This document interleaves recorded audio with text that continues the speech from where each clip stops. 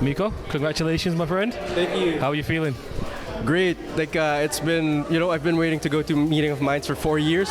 Like that's the first time I found out about Meeting of Minds, and now I'm finally here. So it's a great honor to be, sharing this room with a lot of great artists. Perfect. And what does the award mean to you?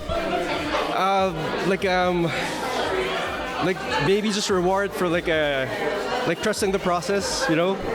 Back when I was starting, you feel like your work could be better, but with with all the great artists I look up to, I felt like someday I could, do that too, like be that good as well. So yeah. So yeah, And lastly, my friend, what's next for you? Sorry. What's next for you? Just continuing to do work, to do serving my clients, trying to make SMP as natural as I possibly can, pushing the envelope on what else we can do with SMP. So yeah, just doing more SMP.